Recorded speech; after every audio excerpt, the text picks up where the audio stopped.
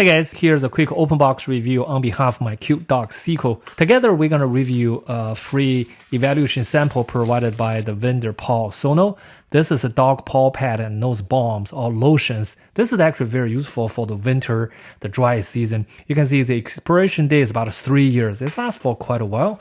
Open the box, you can see a green and remove the cover. You can see there's actually a plastic cover. You can roll it out. You can see just like a glued gun style. Here's a US quarter. It's a pretty portable size. It's supposed to be 36 gram. We got it at 67 gram. You can see the nose is a little bit dry due to winter season. And the palms, all the cracks and all the dry marks, poor dog. We need to take a good care of her. And I just tried it first on my skin, make sure I feels comfortable. And then I apply gently to the paws of my dog. I mean, she liked the smiles. You can see the before after. You can see after apply the lotion, her paws actually remain moisturized and very comfortable. Also gently apply on the nose. You can see she just constantly lick the product, which means she really like it. You know, very good product. I mean, my dog a little bit shy, but I really like this product. You know, works really well. 5 stars. Really like it.